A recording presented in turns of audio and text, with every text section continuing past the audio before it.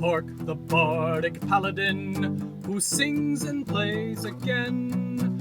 He tells the tales of glory and weaves a magic story. He'll join you at your table and ask you to share a fable. Heroes of humble origin, villains who must be fought again. No matter their skill or prowess, the people in life are countless. So we pray you heed our request. Enjoy this tale of sidekicks and side quests.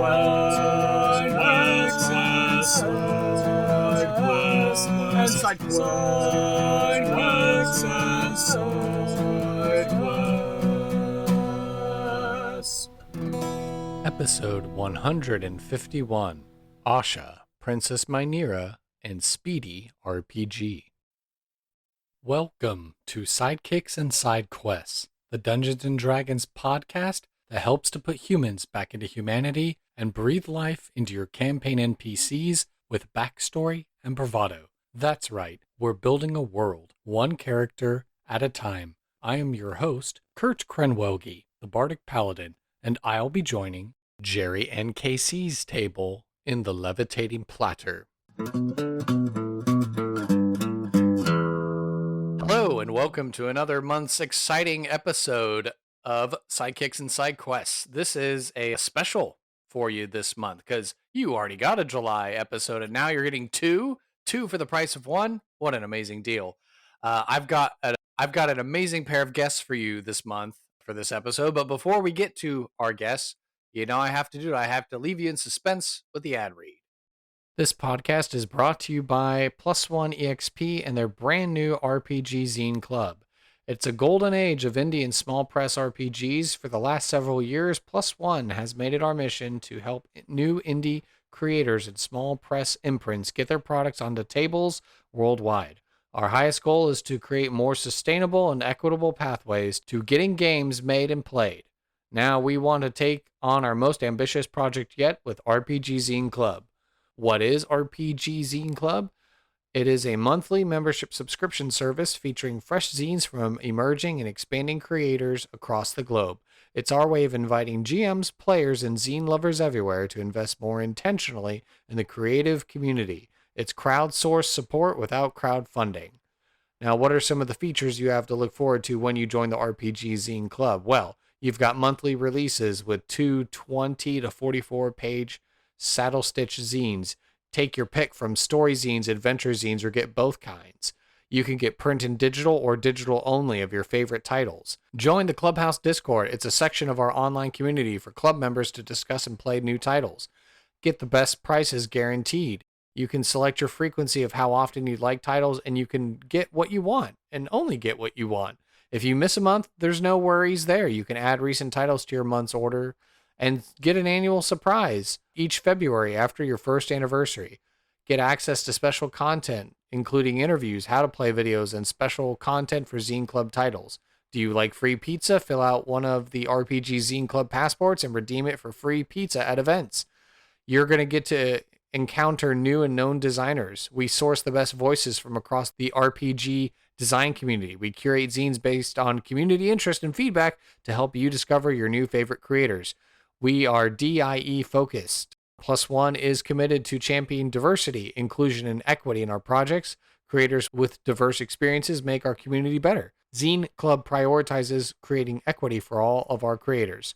And it's more than a purchase. Your subscriptions will let us invest more heavily in our print partners and provide them with potentially life-changing support by consolidating scores or hundreds of purchases as the club grows. So, if you want more details, please be sure to go to the website rpgzine.club. And this all can be found also by going to the website plus1exp.com. On that website, if you're making a purchase for a beard balm, a lip balm, beard RPG, or whatnot, and you're looking for a code to use at checkout, be sure to use the code Randolph, RANDOLPH, and save some coin on your purchase. Again, the website to get the discounts from me and provide a kickback to me to help support the podcast would be plus1exp.com with code Randolph. And be sure to go and check out the brand new rpgzine.club.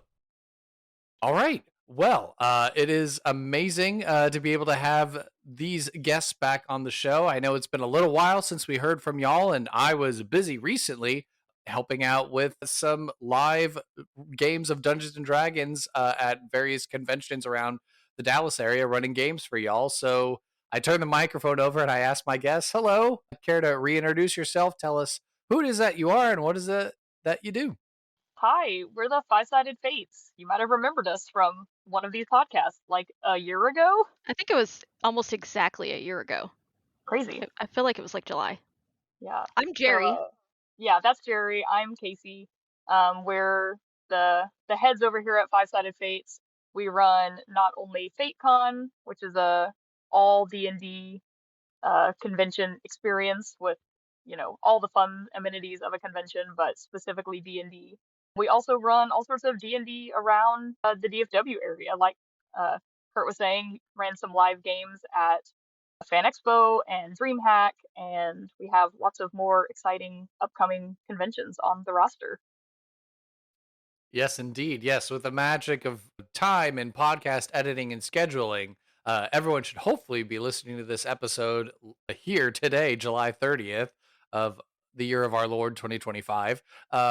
So yeah, I mean, certainly if there's any upcoming, places, conventions that we can check out the Five-Sided Fates, we're certainly happy to hear and happy to support as well. So because y'all are returning guests of the podcast, it's the same format, but it's like a little bit easier this time around as far as the questions are concerned. So we know y'all are the Five-Sided Fates. You're doing all you can to promote D&D here in the DFW greater area and all that. And you're running your own convention, which is awesome, and participating in many others. But, this next easy question. So, since the last time we spoke, which I did check the calendar, and the last episode of yours came out October 4th, 2023. So, it has been Oh, that was significantly way longer longer. than I thought. Yeah. But since then, that episode, have y'all played any games of D&D since the last time we spoke? Not a single game in 2 years. We play I'm a so f- much We D&D. play so much D&D. Actually, we My haven't been because you've been gone Well, for that's true. ever. But I was gone out of state for the last 3 weeks, doing race car driving things. My other full-time hobby and experience, professional race car driving. But now that I'm back, we should be continuing. I've been running a campaign long term for Jeri and some other friends, and we are, I think, a little over 2 years into it, and we're like at the yeah, I think end. so. We're approaching Don't the say that. final. We have so much to do. I'm not ready to fight the moon. We're approaching some final chaos, so it's going to be really like this might be the last homage to this world that we've been playing in for like the last 5 years, depending on if they survive the ending or not. Who knows?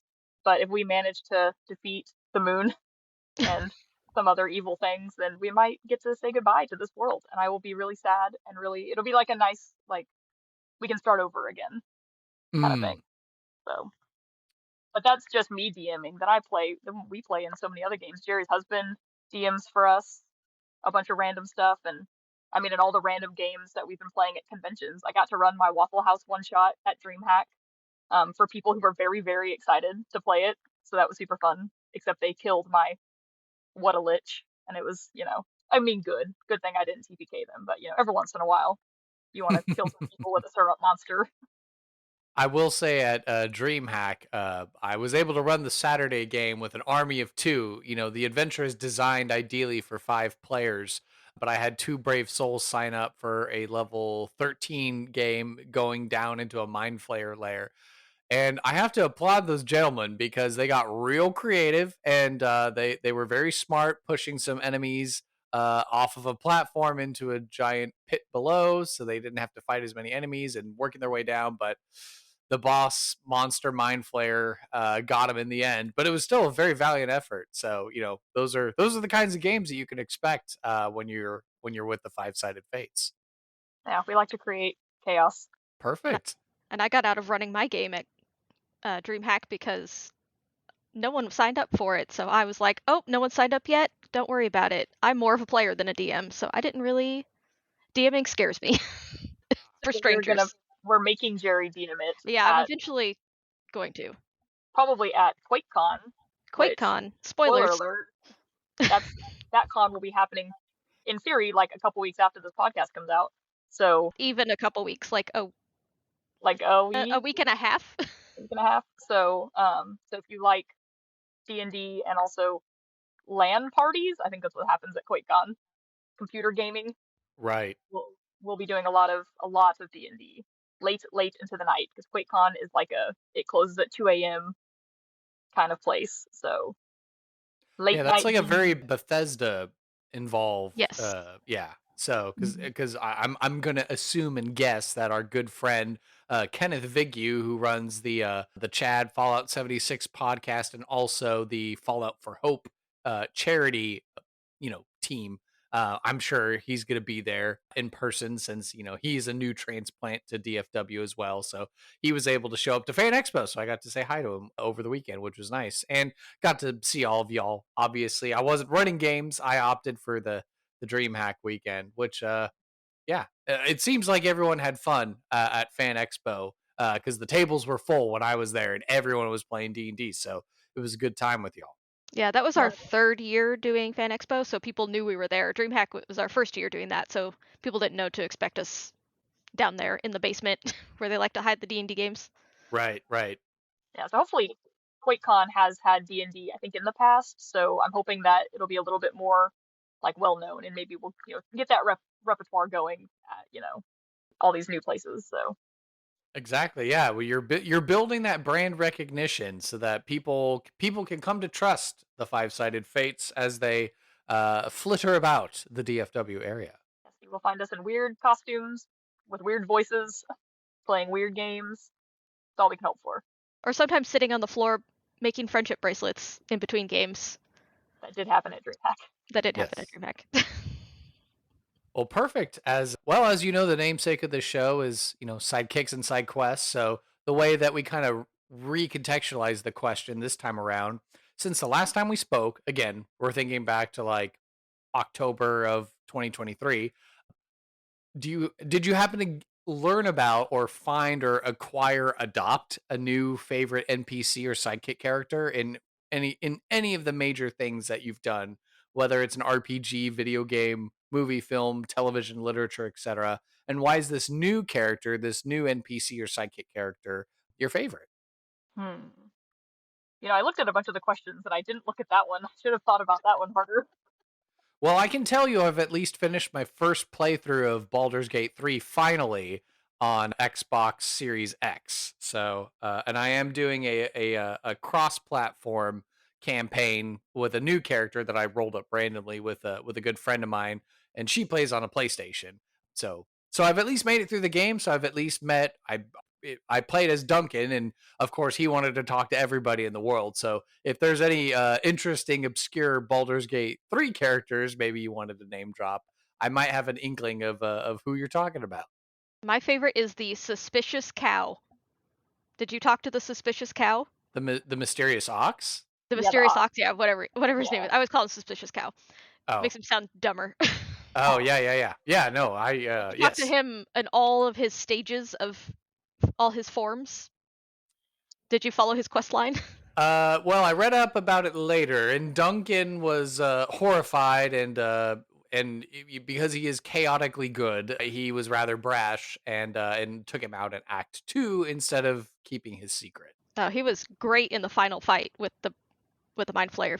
If you go with his quest line, he'll join you in the final fight. So that is what I've heard, and thankfully that playthrough I was playing it on the easiest difficulty level because I was like, I want to get the story, so like I don't want to be punished. I want to like learn the story so the next time I play, okay, now I can struggle a little bit more and be okay with it. That's the only way to play video games. Easy mode. I'm not trying to be challenged.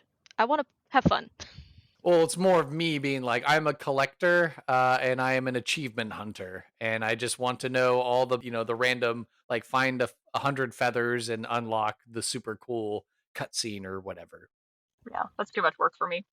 I feel like if we're gonna say Baldur's Gate, I feel contractually obligated to say Volo. As someone who cosplays as Volo, I love a little lad. And he also is just like so, I don't want to say worthless, but he's just like so ridiculous and I don't really know what his use is other than to have. I was playing a bard in my Mhm. main playthrough, so getting to have like a bard off with him a little bit, I feel like it. I don't know if it would play out a little bit differently if you were playing a non-bard character when you talk to him. But I feel like since my charisma is also so high, we just bounced off roasting each other over and over again every time we spoke, and we're constantly butting heads. And me realizing this man is a liar. This man doesn't know anything he's talking about. What is happening? And then I'm like, wait, but I'm also a bard, so I'm also just lying about everything all the time too. So really, we're just two peas in a pod. Yes, I was just watching Honor Among Thieves on a airplane ride that I literally had last night. It got to finish it on the return flight as opposed to the going to my destination flight. And so I'm very much reminded of Edgin's character, Chris Pine's character, who is a bard, but he does not do any bard things in the Not a movie. He single bard thing. Never a single time. Yeah, he El Kabongs people with his lute, and he like maybe offers encouraging words or talks about his plans and stuff like that. So maybe subtly giving bardic inspiration every once in a while and just using his lute as a melee weapon, but otherwise doesn't really do any magic or spells or anything like that.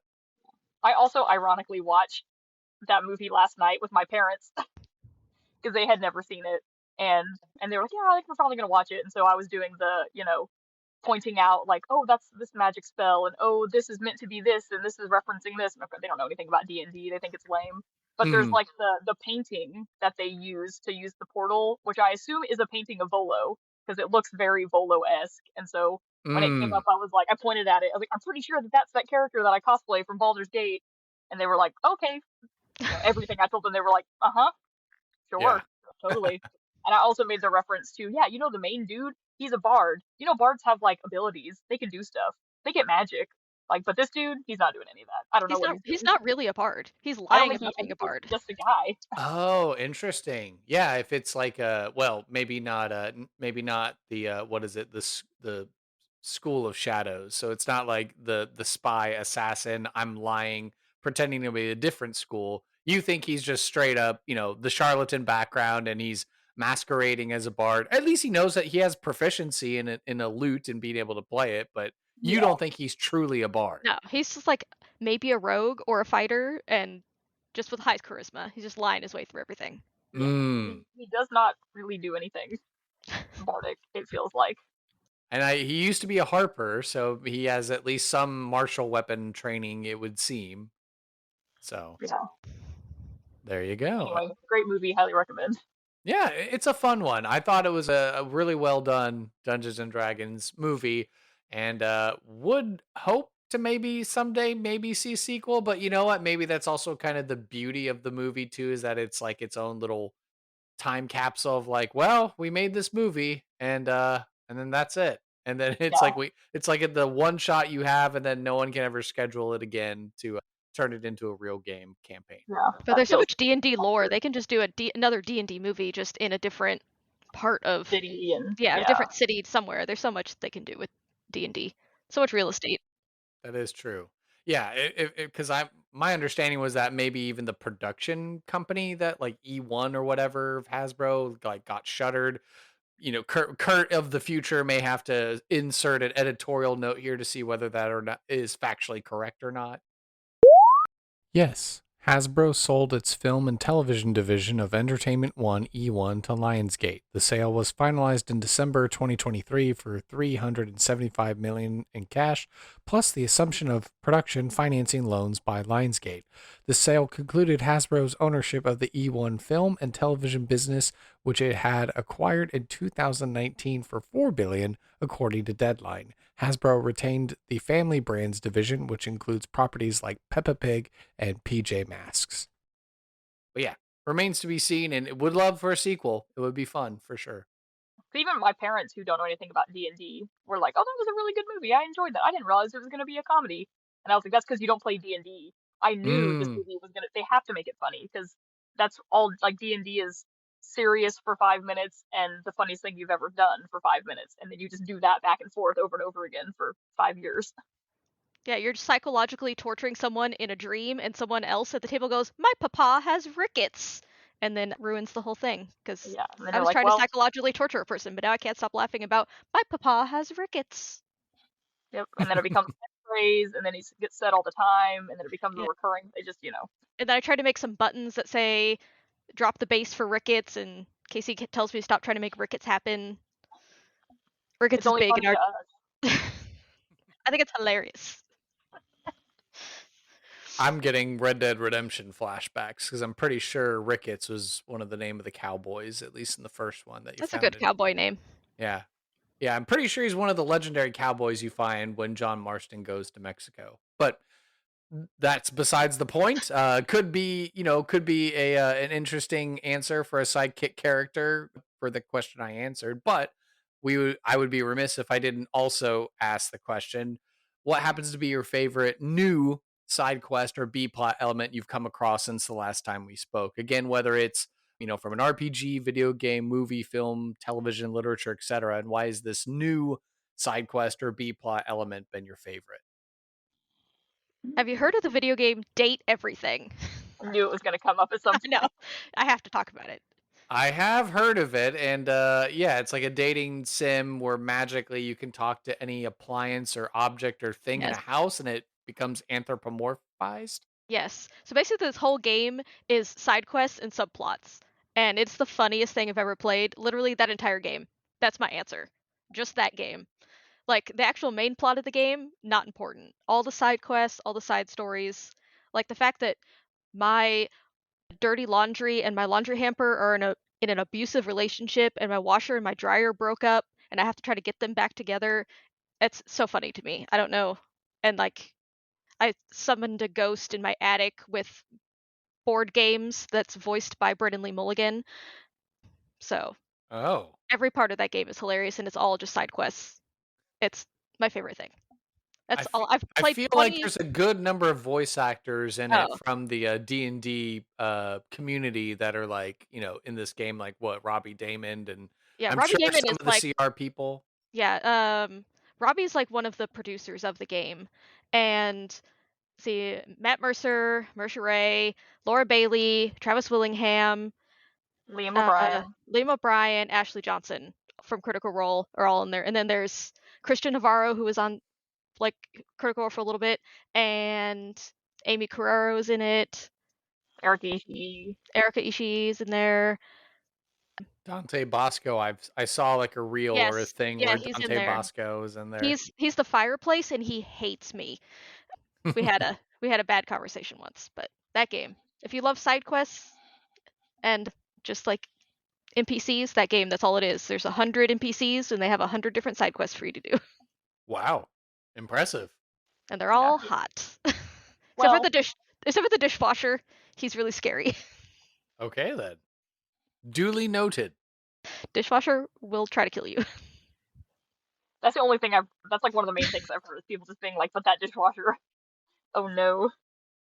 Well, I feel like since we've talked about the D&D movie, now I feel like, does it count? I guess the side quest of the movie is them trying to get the helm so that they can use that.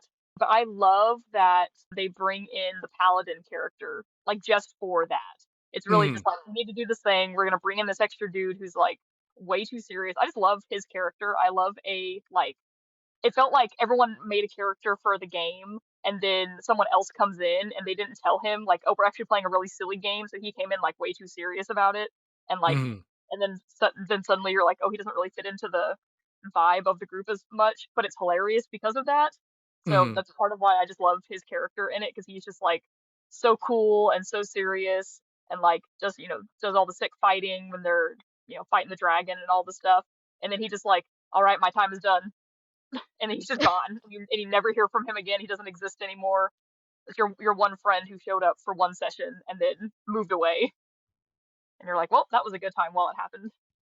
Yeah, and the fun bit of trivia I think I remember is the director didn't call cut, so he just kept walking in a straight line, and they're like they got the camera on Chris Pine, and it's like, And he's oh, like, oh, what, he's still just going. walking a boulder coming up, what, oh, he's just gonna go over it. So like Yeah, treating it so like, like a Bethesda game where it's like the character, like they said their thing, they're done, and then they just kind of walk off into the they just keep distance. going. Yeah. And you're like, well, I guess that was it. Okay. Oh, yep, he's still Let me going. just go walk into this fence and get caught on the wall and just the Yeah. animation of me still walking, but I'm not progressing any farther. Yeah. And then you just exactly.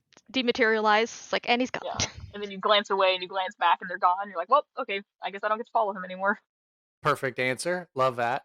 And then let's see, yeah. And then the way that we round out the personal interview section, KC and Jeri, what is a new passion or hobby that you've picked up in the last year and a half? And why are you passionate about it? Why has it sunk its teeth into you? Well, I feel like my very obvious answer is making friendship bracelets, which kind of began at Gen Con last year. We received some friendship bracelets for being in cosplay and stuff from different people. And I think, the whole Taylor Swift friendship bracelet trading at, concerts kind of brought them back into the limelight. And I am like giving gifts is one of my love languages. So the idea of like crafting something and getting it to give it to people, I know fills them with a lot of joy. And I know in the Critical Role community, in the cosplay community, there's already like a heavy trinket trading amongst cosplayers and like the Ren Fair with trinket trading and stuff. That I was Mhm. like, oh, makes perfect logical sense to like start making themed friendship bracelets about either like whatever costume I'm in or whatever event we're at, and then giving them to people as like keepsakes and have memories of the thing. 'Cause I'm a very like a physical thing evokes a memory for me because I'm a big materialistic. Like I like to have a physical something, and so I just like bought so many beads and sat I down on literally Jeri's. shipped beads to her house last night that showed up this morning. She's like, I need more Yes, and beads. I'm like, I Amazon. sorted them today like a little gremlin on the floor, and it was awesome.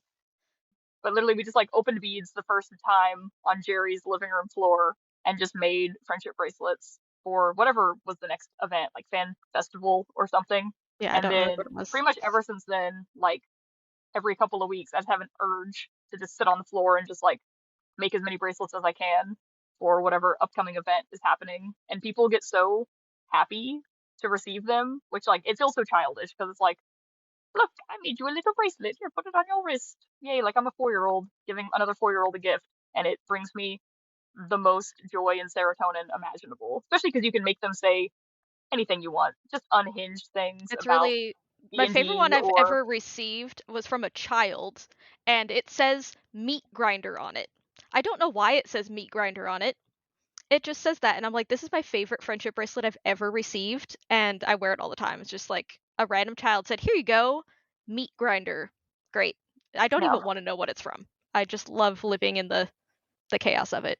And now in like in different circles, I'm like well known as like the bracelet person. So I also play like competitive pinball. So I started making friendship bracelets for the pinball community, and I went to a big Texas pinball event where I competed in a women's tournament, and I was giving all of my players I played against bracelets, and people were like, "Oh my gosh, you're the bracelet girl! I heard that there was like someone leaving bracelets on pinball machines and like giving them away." And I was like, "Yep, that was me. I was just leaving them everywhere in the hopes that people would find them as like a little scavenger hunt." And they're like, "Yeah, we heard there was just like some bracelet girl throwing bracelets everywhere." And I was like, "Great, I've become well known as a weird bracelet person now. So now I have to keep this up by making more bracelets forever."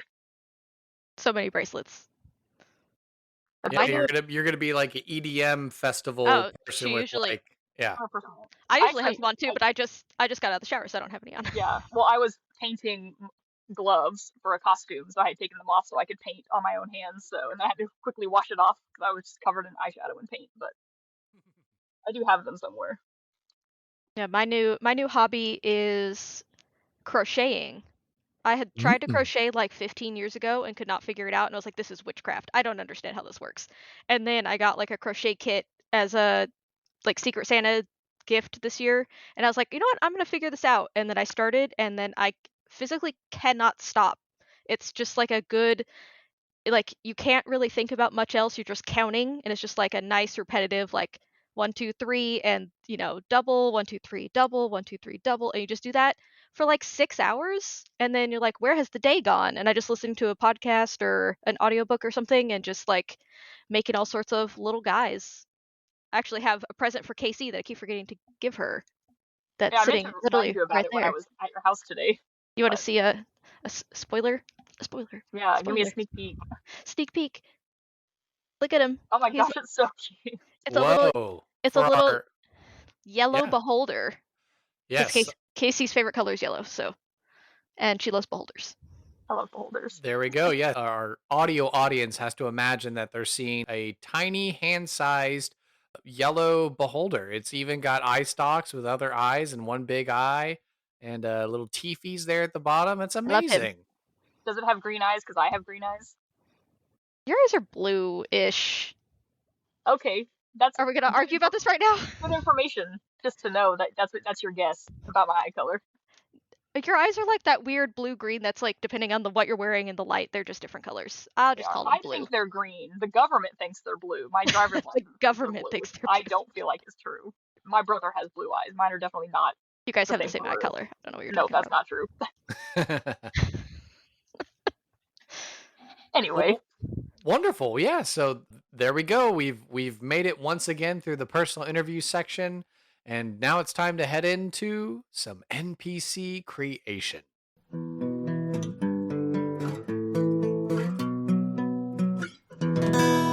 And NPC creation is brought to you by you, our podcast audience, and our patrons from Patreon. So now is the time of the show where we give a shout out to our comfortable patrons and above with a loud hurrah. So to you, Anson Jablinski, and good old mom and dad, we say cheers. So again, this shout out is for all our patrons who donate at least $2 or more a month.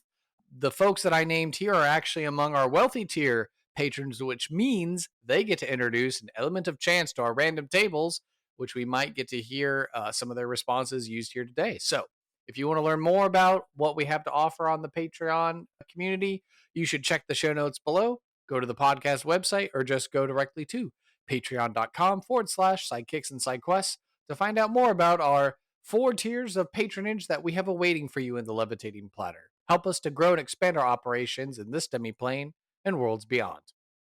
All right, so last time you were here on the show, you were making like your character personas. You know, we here today we have creation and death, so we have like the bookends of the 5 stated fates with us today. But are we going to be perhaps indulging in some chaos and random dice rolls today to perhaps randomize some new NPCs today? well, actually, what we thought about was so technically, the fates exist in a universe of TTRPG that exists in the SpeedyRPG world, which is the card game that we created. So we thought we could flesh out some of the NPCs that also exist within the world of SpeedyRPG that you can play as if you play SpeedyRPG. They're in the decks. You can see them. Okay, so that's how you'd like to do. So we'll work our way through the questions, and we will reveal and discover one of the characters from SpeedyRPG. Or 2, if you would like us to do 2. Jeri and I did discuss that we could do 2 characters, because we both have one that we wanted to do. That are in SpeedyRPG. That are in the decks. And also in our home game that KC DMs. Yes, which is also where a lot of the lore of all of our worlds and SpeedyRPG comes from. It's from my own noggin. There we go. Okay, that's perfect. Okay, so we're going to be introduced to 2 of the NPCs that you can encounter within the SpeedyRPG game that you could then take and introduce into your own home game or your own character backstory for the next D&D game that you're going to pop in. Perfect. Okay. All right. So then as we work our way through the questions, first one, what's the name of each of the characters? So I'll be talking about O.S.H.A, which is spelled O.S.S.H.A. That's why it's O.S.H.A and not O.S.H.A. And she gets really, really upset if you refer to her as O.S.H.A. She does not like it. And it's also spelled in all caps with periods in between. With periods in between. Yeah, because it's an acronym, and it stands for Organic Steam System Hybrid Automaton. Okay. And that name will make sense as we continue to explain more about who she is as a person. Perfect. And then Jeri, who are you bringing? My character is Princess Myneera. How do I spell Myneera? Myneera. Okay, so O.S.H.A and Princess Myneera. Perfect. Okay. And if And you look then, actually in the game of SpeedyRPG, uh, Princess Myneera is known as the Ocean Princess That is true. in SpeedyRPG. her subtitle, The Ocean The Ocean Princess. Princess. Yes. Okay, well, sorry. Now I'm just thinking of O.S.H.A, Princess Myneera, the Ocean Princess. I was like some joke waiting about like, oh, this is O.S.H.A's 11 or something like that. Well, there's actually a lot of like hilarity that was created by these two characters, which were created by the two of us, completely separate from one another. And then as the story went on, it was like, what weird coincidences that this was like this when which is you can't make up D&D. Like no matter what you do, it's gonna feel like it was all pre-written. Mm, perfect. Okay. There's so much coincidence in D&D. Well, then it sounds like we're getting a preview here, just even based on the name alone, or like what the card is in the Speedy RPG game. But what is the ancestry of each of these characters? So Asha is human, but when she was a child, she was in a accident on a ship, and when she was rescued, she had lost both of her legs, and she was rescued by a ship full of automaton pirates, who then built her automaton legs. And so she was so young in this accident, she didn't know what her name was when they found her. And so after she was kind of put back together, she named herself Asha, and gave herself this, because everyone else on the pirate ship also has ridiculous names, and some of them are also in Speedy RPG, like Roper Titus And and no Cash Bartholomew. no Cash Bartholomew. Yeah, some of the other pirates. So she ended up naming herself the Organic Steam System Hybrid Automaton because she felt like she was never raised by humans. She was raised all by automatons. So in her heart, she feels like she's an automaton as well. She never really met or befriended humans until she met the party, including Myneera. And then she was like, oh, this is what real people are like. Where we jumped out of a floating city and basically landed in her ship. In It was the the first ocean time next to her ship. in the ocean, and then she was like, "Hey, you guys need help?" And we said, "Yeah, probably." Wow. Lots of lore. A great time. We love her. Lore drop. Lore drop. Lore drop. Myneera is, you would assume a human. You would assume that just by looking at her, but she's not. She's actually a changeling whose mother is a blood hag, and she's kind of like an eldritch horror underneath the princess facade. Oh. Yeah. So okay. So a changeling as opposed to like a hexblood or something like Yes. that. It was, I wanted to go with the like classical like folklore of changelings where they are swapped at birth with like a fey child. Mm-hmm. So mine is the fey child, a changeling, and then the real princess was swapped when they were babies. And that was the first thing that I thought whenever we met O.S.H.A, because O.S.H.A looks very similar and is the same age as Myneera, and I was like, that's the real princess. That was in my head the whole time because I knew my character wasn't the real princess because I told her that was what was happening, and I was like, this is the real princess, and I believed that for so long that O.S.H.A was actually Myneera, like swapped. Because ironically, we made two very similar looking characters, which we know that was not planned at all. And I didn't I had created Asha long before anyone in this campaign had given me characters. And so then, of course, when Jeri's like, I want to be switched at birth changeling with red hair, and I was like, oh no, she's gonna think that Asha's the real princess, and that's immediately what everyone thought.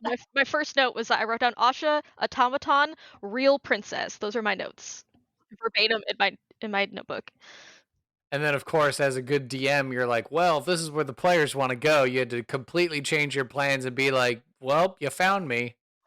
No, In a lot of cases, I do, but in this case, it didn't make sense to do that because Asha was already like secretly a part of something else that they didn't know yet. Oh, I was like, I can't change that. I see. So, because I was like, oh man, that would have been awesome. I could have done that, but I Right. didn't even. But I was like, but she already had this whole like extra lore. So, but they have now officially met the real princess, and she's great. I love her to death. The party does not. She's my enemy. Yeah, she is the party's mortal enemy for sure. I see. Okay. All right. So we have a night. So we've got an automaton or a human that's raised by automatons, and then we have a changeling who is appears as a Who was human. raised as a human. She didn't even know she was a changeling until she met her real mother. And then she was like, "That's what's wrong with me." Okay. All right. Now. Okay. Yes. Yes. Thank you for the Deep clear lore happening distinction. here. So much lore. Yeah. Okay. Perfect. This also, I mean, this sounds like we've already kind of covered it a little bit, or we could expand on it. But the next question here being, what's your character's job or role in society? So Asha is a pirate.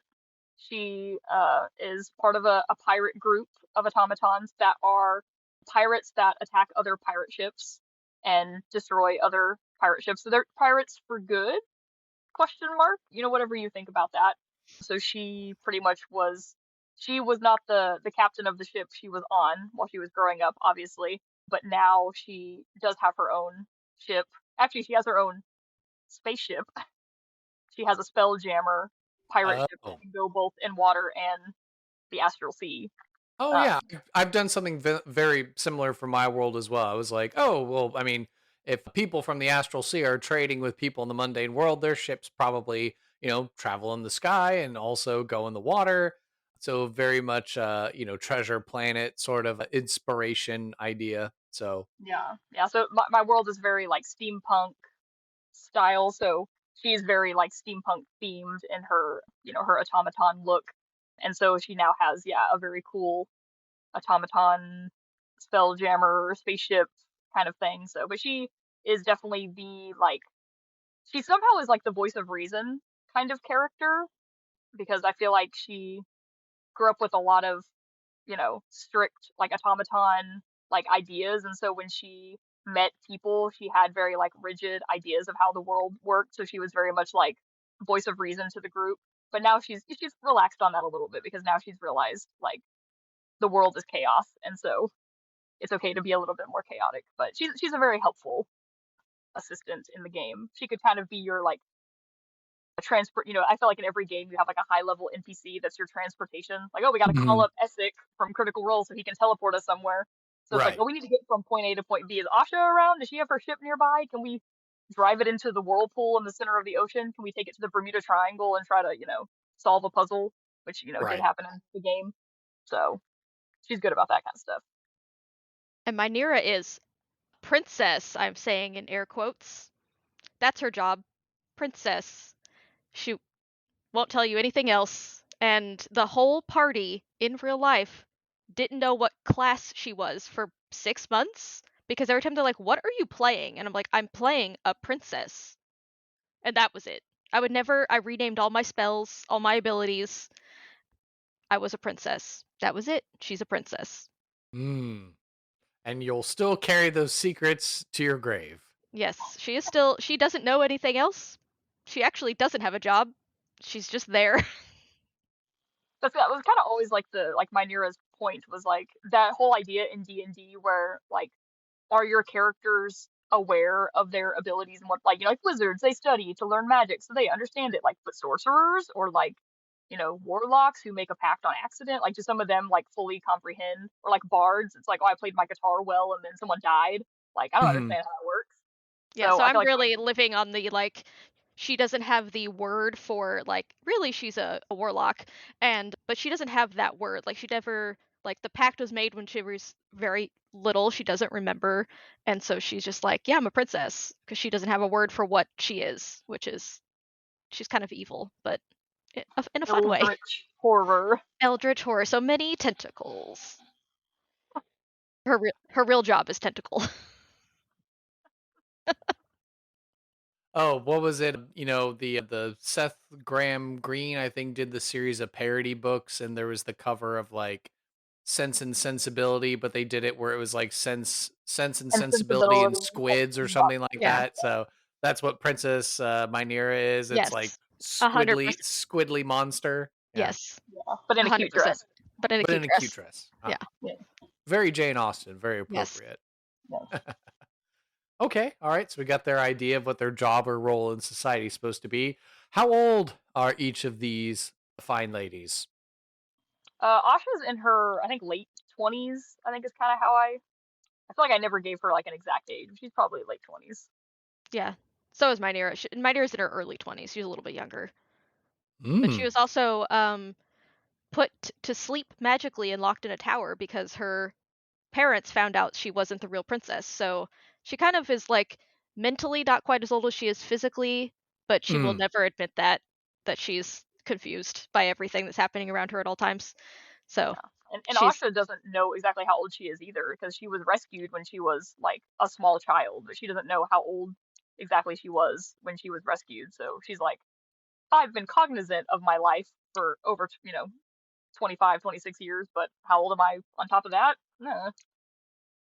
Interesting. I guess technically Myneera would be the same way because she doesn't remember before she was swapped. Hmm. Because the whole campaign is surrounding the god of memories, making people forget things. So technically Myneera didn't even remember anything from before. So she could be older. I could be 100 years old. I don't actually know. I'll have a crisis about that later. All right. So now for the next question, if we're rolling dice, I get to say, and now we take a pause from the dice rolling because now we need to describe the physical appearance of our characters. So, you were giving us some hints before, but certainly now the point to add the concrete details. So when we're picturing these characters, what are we seeing? And I know we're saying picturing these characters because we're on an audio medium right now, but in theory, when you guys are listening to this podcast, there are actual physical pictures of what these characters look like because Jeri and I have cosplayed as these characters. So we have real life examples of what they look like that you can find on the internet or this podcast. Yes. That means I will need to put them in the show notes. So you can check the show notes and you can get an actual look at what Asha and the princess look like. Yeah, so Asha, she has automaton legs, so from like mid thigh down are like copper looking, like articulated legs. Think kind of like Automail from Full Metal Alchemist, but I was going to steampunk. say C3PO. Sure, yeah, a Casey's Star never Wars. seen Star Wars. She doesn't know who that is. What? I know who C-3PO is. That's the gold Yeah, humanoid shaped one. But I she's am I'm never just too C3PO, small. human cyborg relations. Yeah. So, but it's very much like her legs have been cobbled by like metals she's found on the ocean as time has gone on. So they've been, changed over and over again as she's grown up. She's had to, make them longer, continue to adjust them as time goes on. But she has orange hair, like bangs, windswept hair, and freckles. She's usually wearing a pirate hat and some sort of cool pirate coat that she has acquired, maybe from another pirate that she has, murdered in the past. Mm. And she always wears like shorts or short skirts because she likes to show off her legs. She likes people to see that she has really cool automaton legs because she wants people to know, that she's part automaton. Um, and then everyone on the automaton ship wears leather shoes because the ship that she grew up on is also an automaton. So it was a ship made of metal. So all the metal automatons had to wear little leather shoes or else it would be really loud running around on the metal ship. I see.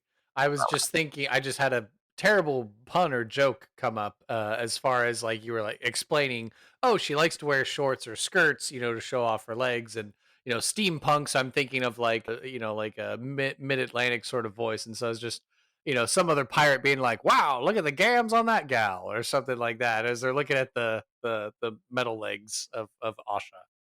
Yes, we did have a great moment in game where one of the other characters was like, "You have really great legs for now." And it's like, wait, don't say it like that. You don't take my legs. Don't steal my legs. I need these to get around. There So was no Rocket Raccoon that was like, go steal those legs and I'll help you. Oh, there not was. Her yet. name was Sire, and it was her Oh well, aunt. that's And true. she took her legs. That is true. She did have her legs taken. She was captured by an enemy and had to be rescued, and they took her legs so she couldn't get away. So, but Well, there you she go. also has like a cool. So she is an artificer, and so the way I kind of decided in my mind because artificers have spells as well. So she has like an artificer like bracer contraption that she wears, and that is what all of her spells are used through. So it's all like scientifically created. She like has blasters, and also she her legs are cannons.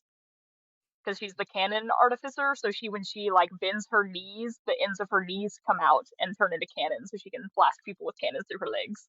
Oh, so doing Terror Planet, like, but instead of like the M16 machine gun leg, it's like, ahoy, my cannon leg.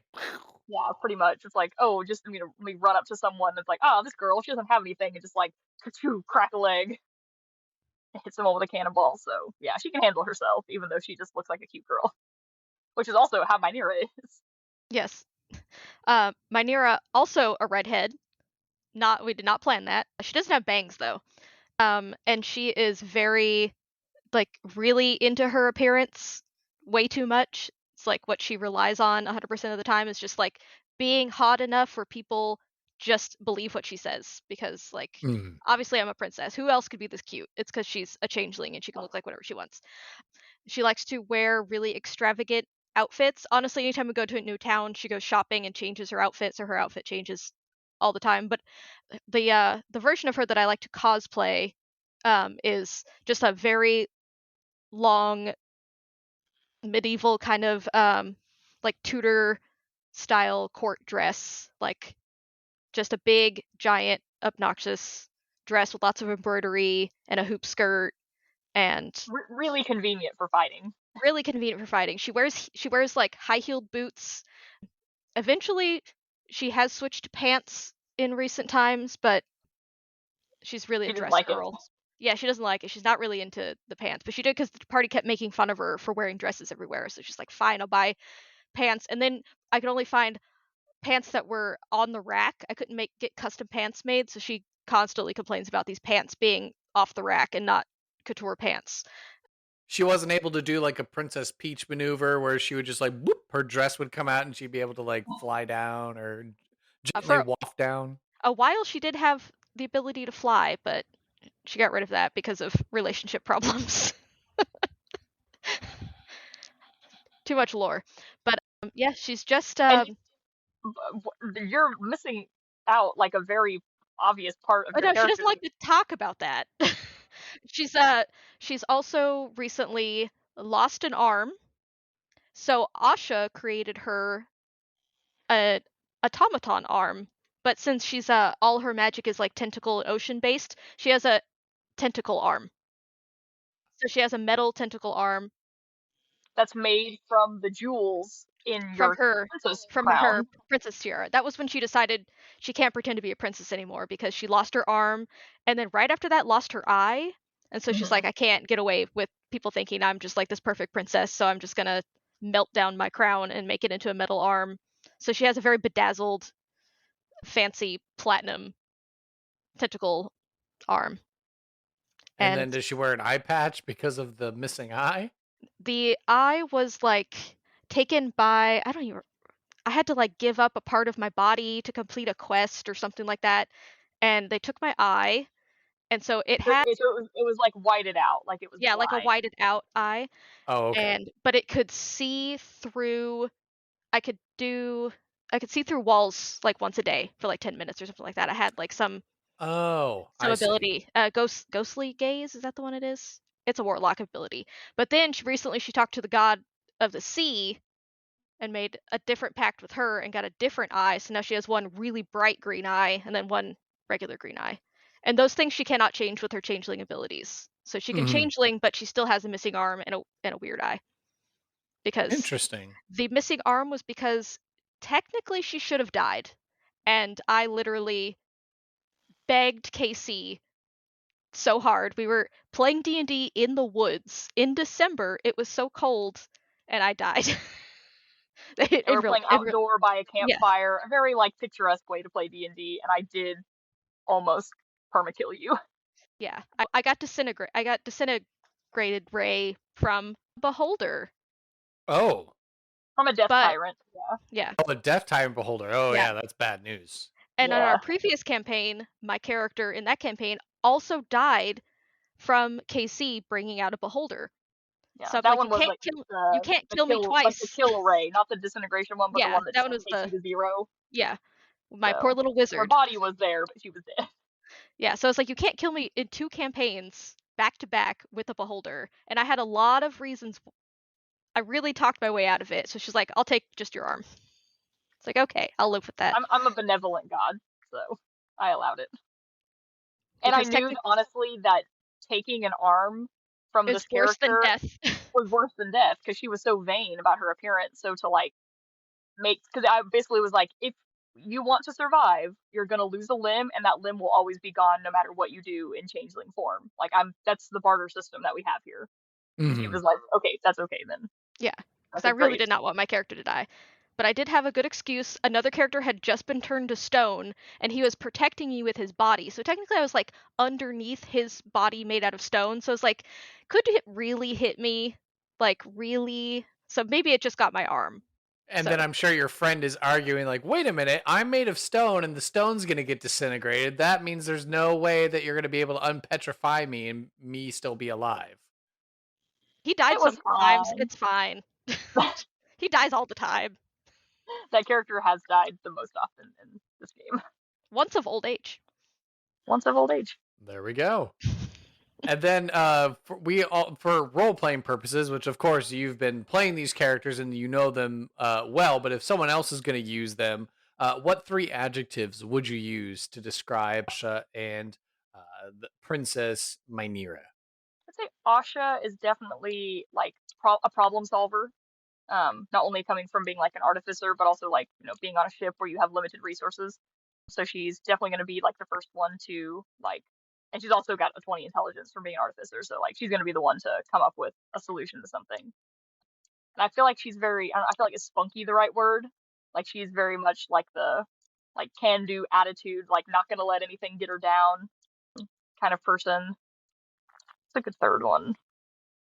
I mean, she's the leader. She's the captain. That's true. Yeah. Yeah, leader is a good too. Yeah. She's definitely, like, she had a whole character arc of going from being, like, she was always pretending to be the captain of the ship growing up. And, like, obviously she was, like, 15. She's like, I'm the captain of the ship. And people are like, no, you're not. Obviously you're a child. Mhm. And now she's, like, then she had a whole arc of, like, maybe I'm not good enough actually to be the captain of the ship. Maybe I actually am just, like, full of hot air. But now I think she's, really coming to her own. So I think that she does have a lot of those leadership qualities. So yeah, I would say that's a good one. And Myneera is. She's going to be a liar. She's a liar.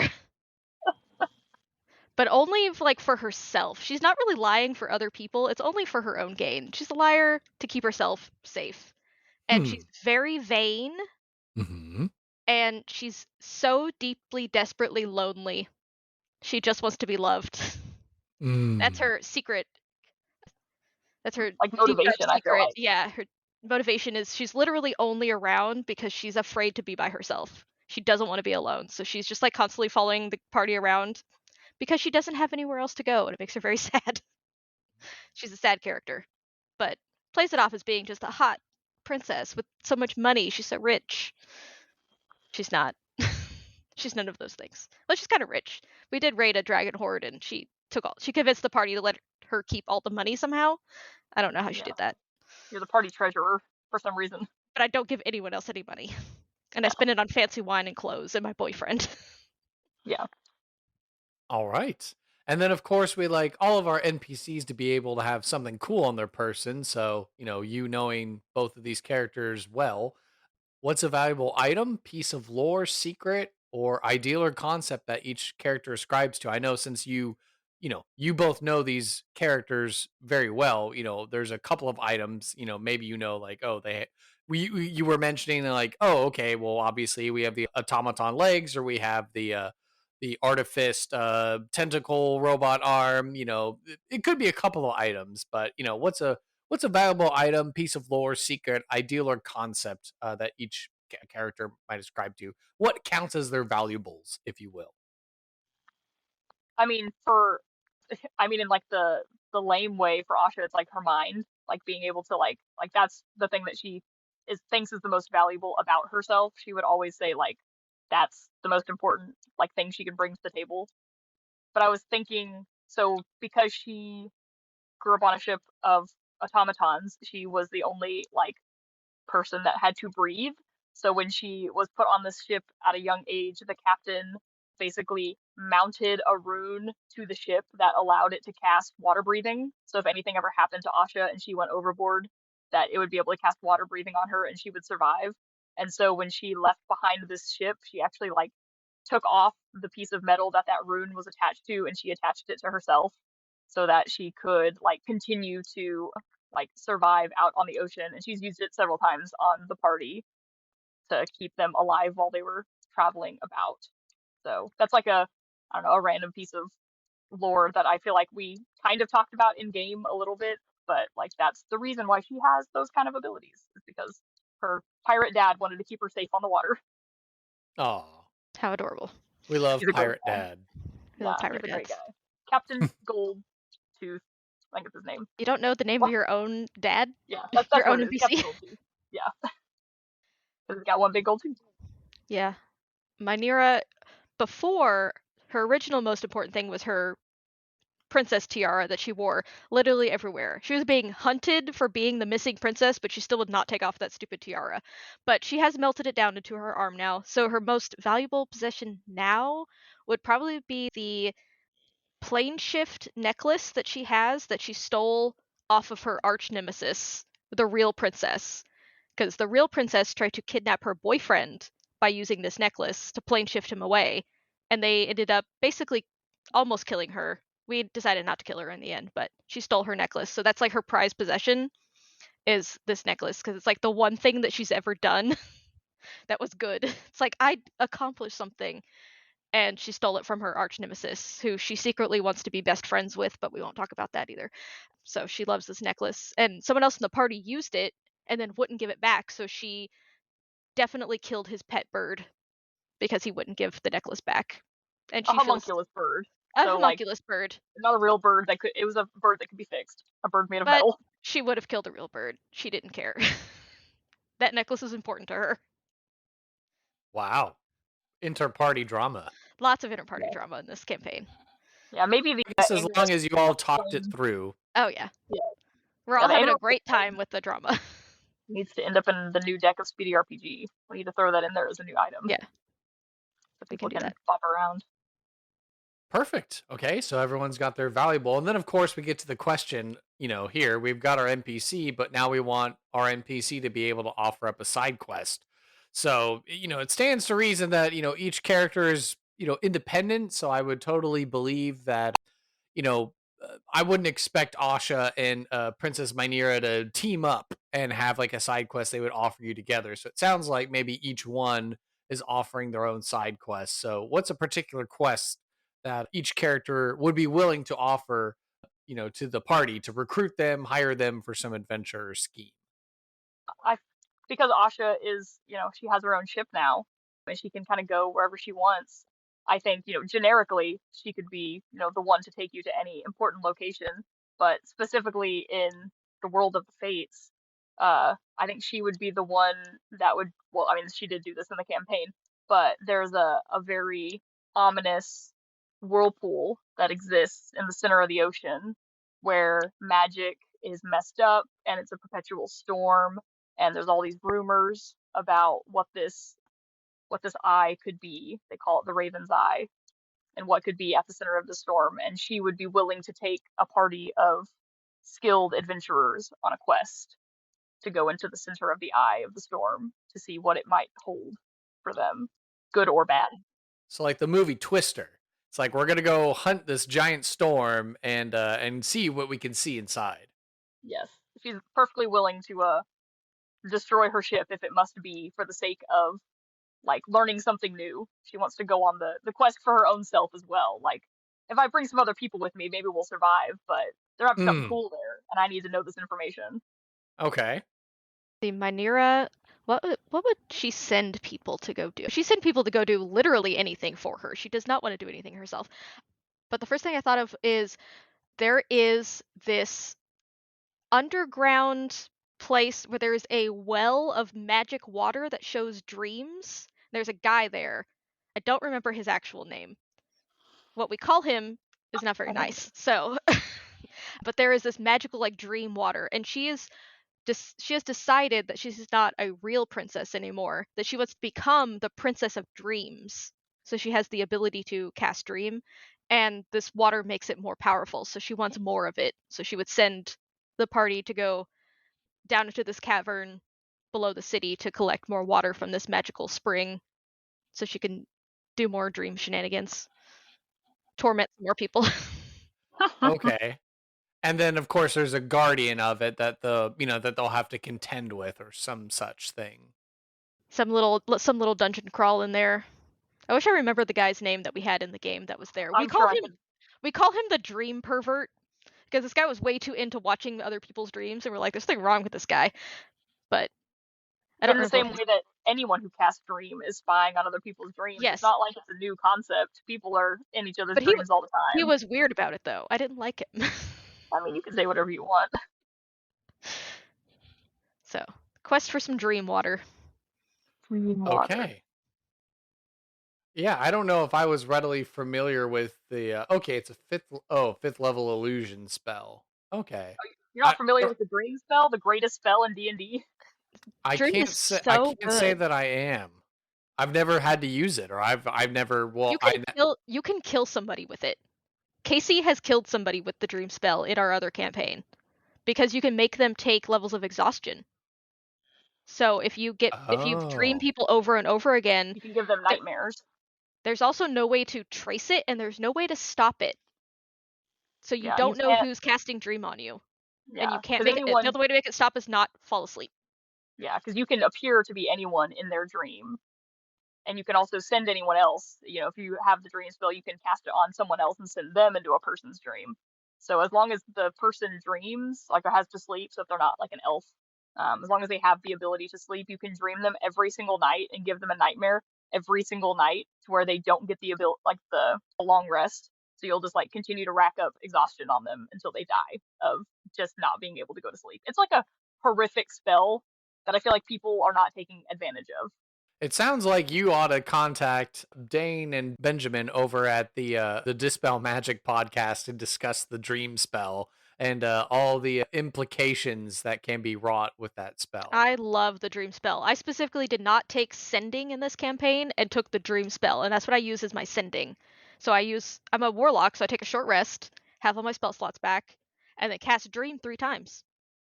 Every night. It is a fifth level illusion spell.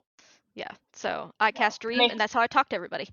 Yeah, and in 5th edition, before the new 2024 rules, there was a druid subclass called the Circle of Dreams, where you get to, it really actually is a bad subclass, don't play it. It's not better than other druid subclasses, but I only play bad characters, and so, but you get the dream spell, I think, once a day for free, on top of how many times you can cast it normally, and you get some other cool, weird, dreamy stuff, but that's why, like, I had taken it for this whole dream ambiance, and then, then realized very quickly, oh, a person we can't find and we want to kill, what if I just dreamed them 6 nights in a row? And then I kept just describing these horrific dreams I was giving to this person until we just, This is very early on in mine and Casey's friendship, and it was like, I'm scared of her a little bit because of some of those nightmares she gave this character, and I'm like, oh, okay.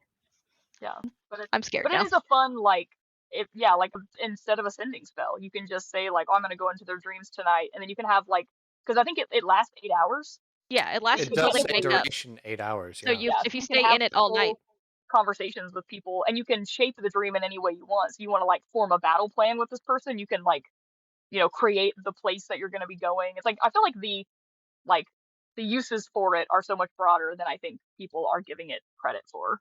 So justice for the dream spell. Again, totally. Benjamin, Dane, if you guys are listening, you should have Casey on for an episode of Dispel Magic.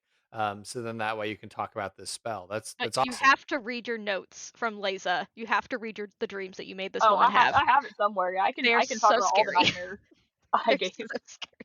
That's where my papa has rickets came from, was from a dream spell. Yeah, it was also a dream spell of psychologically torturing a person by just, like, not letting them sleep, experiencing things that they hate, like snooty men at parties saying my papa has rickets over and over again. Okay. Well, just because I know it came up recently in my campaign that I'm running, but apparently there's a common item that you can get, and it was introduced in Xanathar's Guide to Everything. but Potion of Watchful Rest, which allows you to take a long rest, but you can still be fully awake and gain the benefits of a long rest. So I wonder if drinking one of those potions would circumvent the stacking of multiple dreams, but you'd have to have a constant supply of these potions on hand in order to fight off the dreams, I guess. No, Yeah, don't give I've her never heard of ideas. that. I have to be able to use this dream to torment every NPC in this game. Well, they have to be able to get their hands on this potion, though. That's the thing. It's not Yeah, like you could just walk into your local adventuring goods store and just find it. Well, I guess if it's common enough, maybe you can, but they may only have very limited supplies. yeah, common. I've never even heard of it, so how common can it be? Exactly. So we've got our two different side quests. They're, maybe you'd have to figure out how the Venn diagram of them overlap, but, we're going to charge into the Eye of a Storm, or we're going to go do a dungeon crawl and find some magic dream water to give back.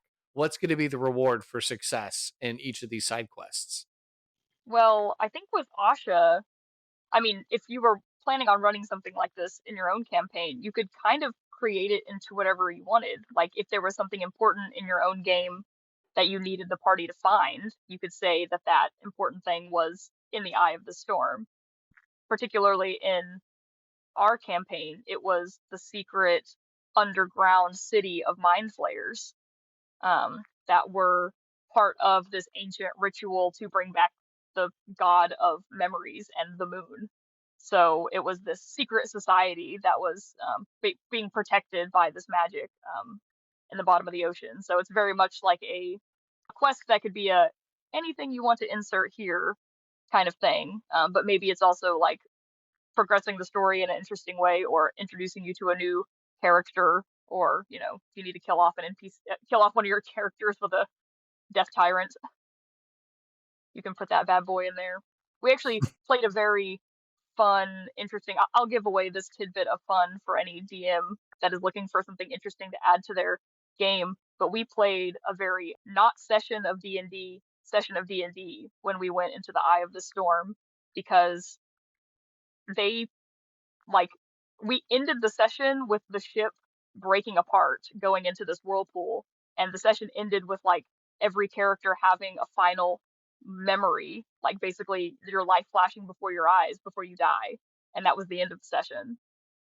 And then we came back to the next session, and all of the characters were trapped inside of a utopian version of their own life in their own mind, and they had to one by one break into each other's utopian and like pull them out, basically tell them the world is still out there and this version of the world is not real and we need to rescue you out of it.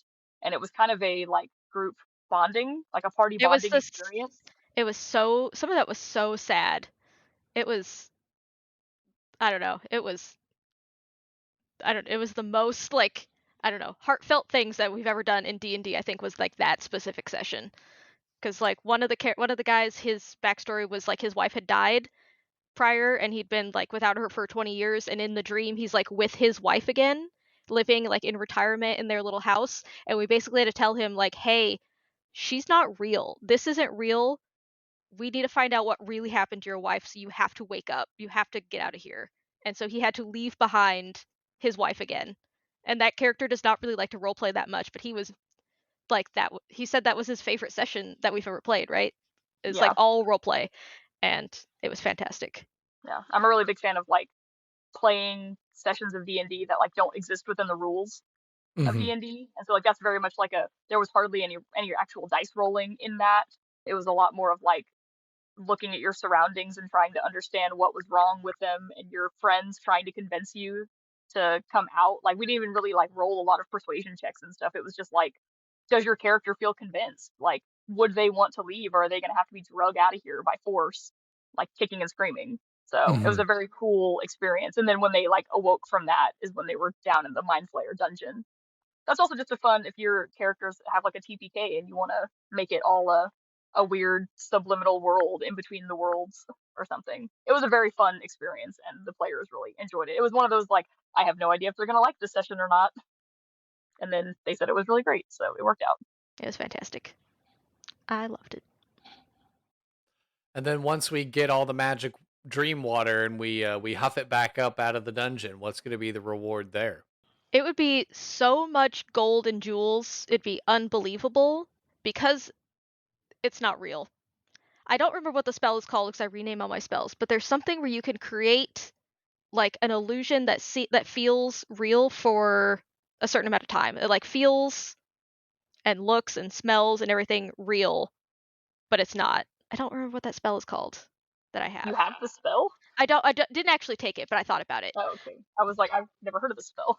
Yeah, I don't remember what it was, but I'd have to look it up. I should have thought about that before this. But so you would leave with all these jewels and everything like that, and then like the next day you'd wake up and they just not exist. Or my personal favorite, I love mimics. The chest might be a mimic. You never know. I just like to. You would become a recurring villain in this. I would become a villain. My character as an NPC is a villain, for sure. Okay. Without the party that she's with right now, she's a villain. That's true. Because she's only a good person because she wants her boyfriend to think she's a good person. Otherwise, she'd be evil. Okay. All right. So one reward is a genuine like, hey, we've unlocked this new place to explore, we found this MacGuffin, or we've, just something new for us to discover here in the eye of the storm. Whereas the other one is like, like the curse your sudden but inevitable betrayal, sort of a Yes. reward. Yeah. Like, how would this beautiful princess betray us like this? And then you come back and the whole castle's not even there anymore. None of it was real. Yeah. And now you've given this powerful villain more ammunition for her, like, dream spells. So you've turned her into a worse villain. This is honestly add this to your campaigns. This is a good thing here. I like this. Trick the party into thinking you're a good guy and then you're not. Those are my favorite kind of NPCs. All secret villains. Yeah, it was kind of like the secret. Well, I don't know if he was a secret villain, but Ernesto de la Cruz. You start off, because you're with Miguel, thinking like, oh, this guy really is he's really my great grandfather, and I look up to him as a hero. And then suddenly you learn the truth of like, oh, he's actually the villain. Yeah, it was him all along. It was him all along. Yeah. I'm just thinking for Jeri's character, it's like, okay, so you got a tangible reward. It was like something it was a mimic disguised as something, and then later the mimic will attack the party, or it's like we illusioned a bunch of rocks to be like this huge thing of gold, and then the next day they look at it and it's gone. So it's a trick is the reward. But now we have to consider the opposite. What's going to be the consequence of failure or refusing the call to the adventure? So, it sounds like with O.S.H.A, she wants to go regardless, of anyone else is going to go with her. So she goes to the eye of the storm and she disappears. Like no one hears from her again and you have to go find her. Or like that NPC is just, no longer available, cannot call this rideshare because she's missing. Yeah, I definitely, especially if like she's a character that already existed in the game. I think honestly, she kind of did say that in the conversation with the party about like going to this place. It was like, well, I'm gonna go. Like you guys should come with me. If not, I'm gonna go. Like I'm willing to take the risk. So, but also, yeah, I guess refusing to go would be you might lose the opportunity to get to go there in the future with someone who's, skilled enough to get you there. But if you do go and you don't succeed in your trip, you might end up, enslaved to the mind flayers, part of a cult, to, bring back some ancient forgotten power. Or maybe you're trapped forever in this illusory, dream sequence of a perfect world and you'll have to be rescued by someone else in the future. It can be kind of one of those like a Critical Role Keyleth losing her mom, and we're like, oh, she's been dead this whole time. Oh no, and like 4 years later in a different campaign, we find out she's been there the whole time, and just no one knew it. Like maybe you come back in years later in the campaign, you're like, oh wait, O.S.H.A's been here this whole time. She's been trapped here, or that other NPC's been, your old PC has been there, or or it's like Fallout 3 in the vault where they're all trapped in the like a perfect 1950s town, and the evil doctor, Dr. Braun, is like keeping them all the residents of the vault trapped in the simulation where he gets to play being a little girl serial killer.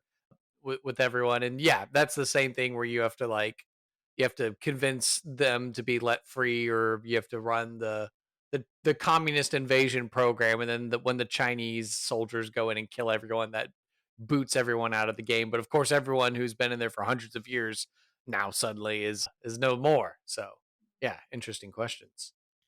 Okay, and then for our villain, it seems Villain now. if you fail her or you refuse to do her bidding, what's gonna be the outcome of that? She has the ability to be in your dreams every night, and if you annoy her enough, she will make it her mission to be in your dreams every night for the rest of her life. And she has done it to someone before. Already has one person on her list that she calls every night in the middle of the night to be like, what are you doing? You're going to have a nightmare now. I hate you. So, depending on if they fail her and annoy her enough, possibly they could just be tormented for the rest of time by this villain, or just like slandered in the town if she's like the princess of, wherever they are.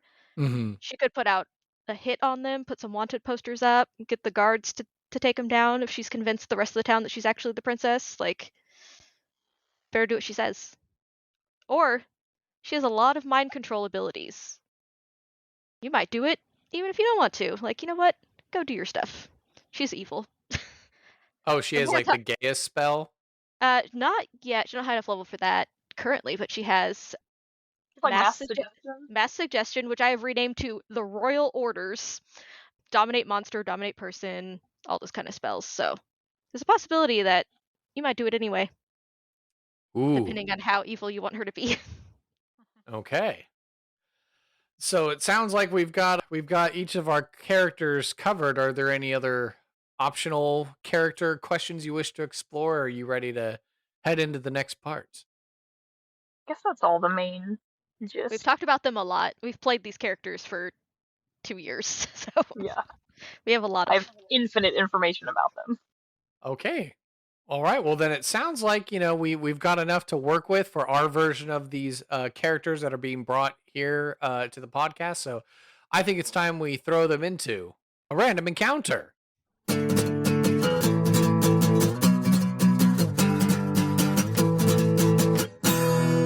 This random encounter is brought to you by my sponsor, Zencastr.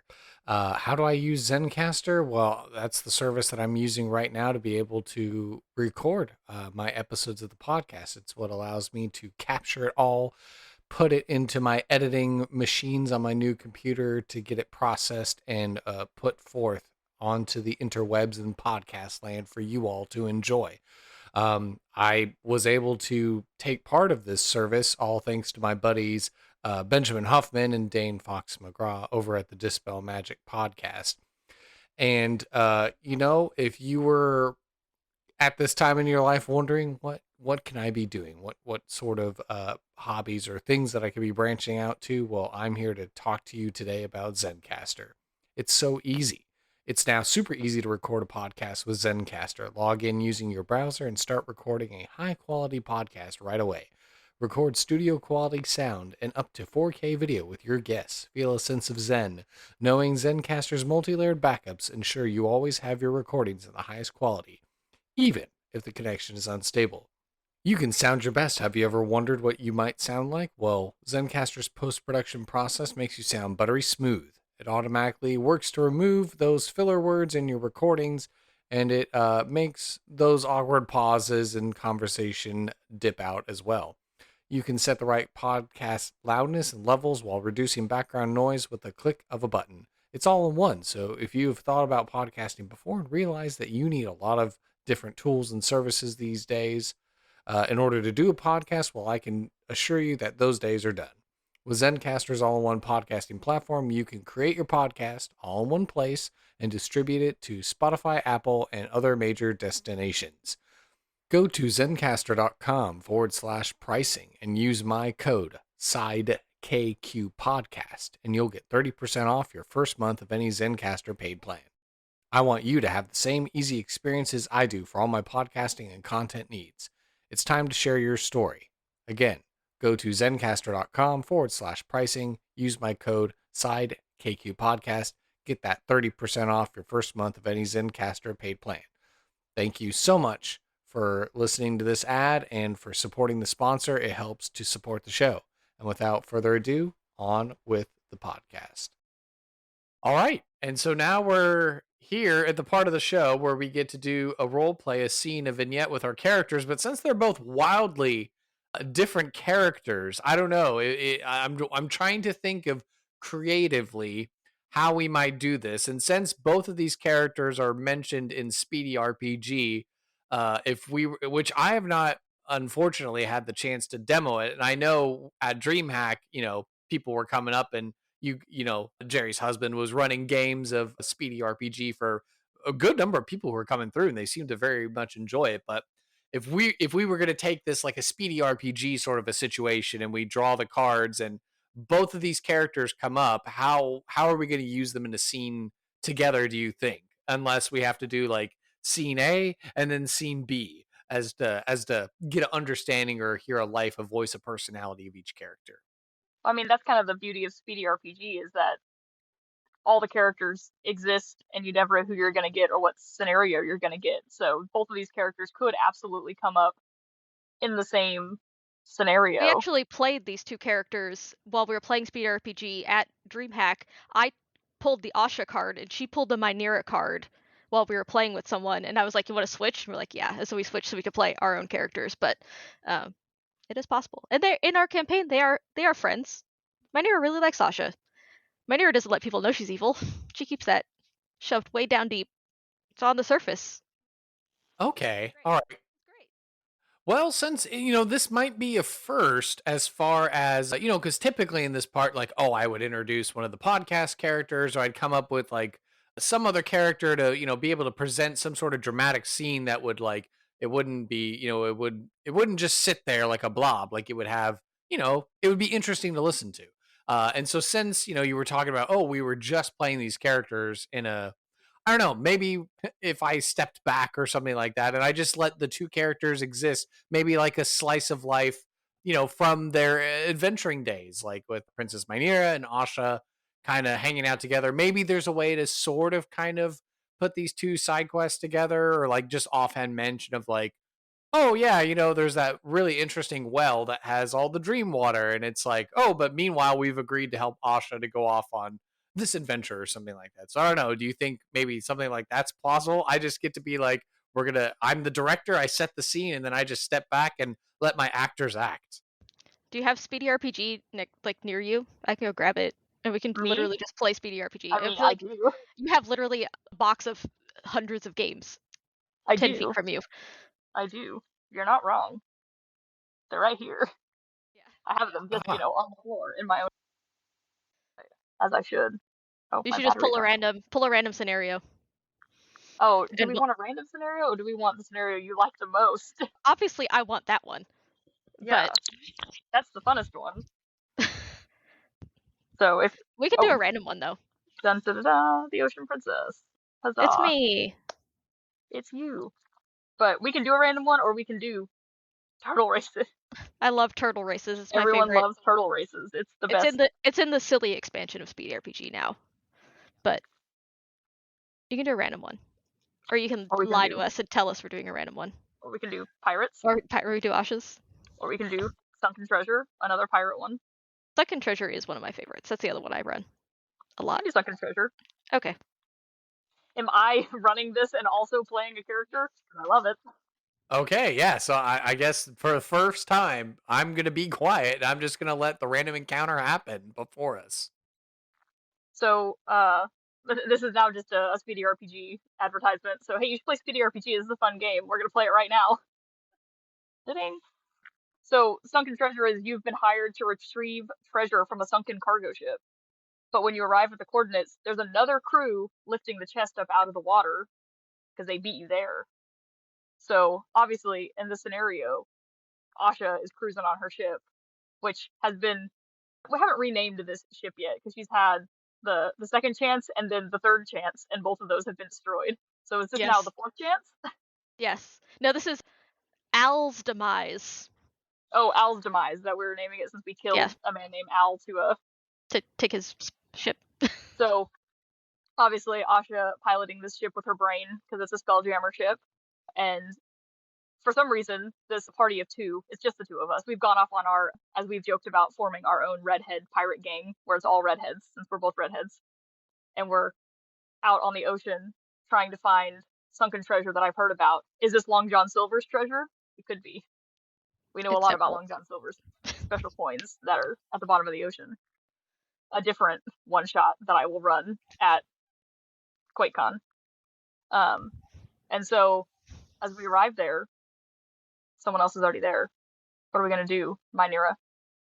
We were supposed to be here first. Do we kill them all? What are we supposed to do? How many people are there? How many other pirates are there? More than us, because More they have than an us? actual pirate crew. There's like 6 or 7 of those bad boys. I'm gonna try standing on the bow of the ship, looking majestic, and I'm gonna try to cast mass suggestion. I'm gonna convince all of them that they don't. I'm just gonna sit there, just looking dramatic, and be like, "Hello, boys. You don't want that. That's not good. The good stuff is in here, back here in this ship." And I'm gonna suggest that they leave what they're doing and come on our ship. You're gonna tell them that my ship is better than their ship? We don't want them on my ship. I just need to get them closer to me. Okay, I guess I believe you. You Oh, weren't with us. You weren't with us in Are we the rolling astral in this? sea. I don't know. I do have Or a does it die. work? Roll your It just die. works. I roll my die. It works. It was an 8. It Okay, I doesn't work. believe you. Yeah, Oh, it does or it doesn't? Did you it roll doesn't. low? I mean, I rolled an 8.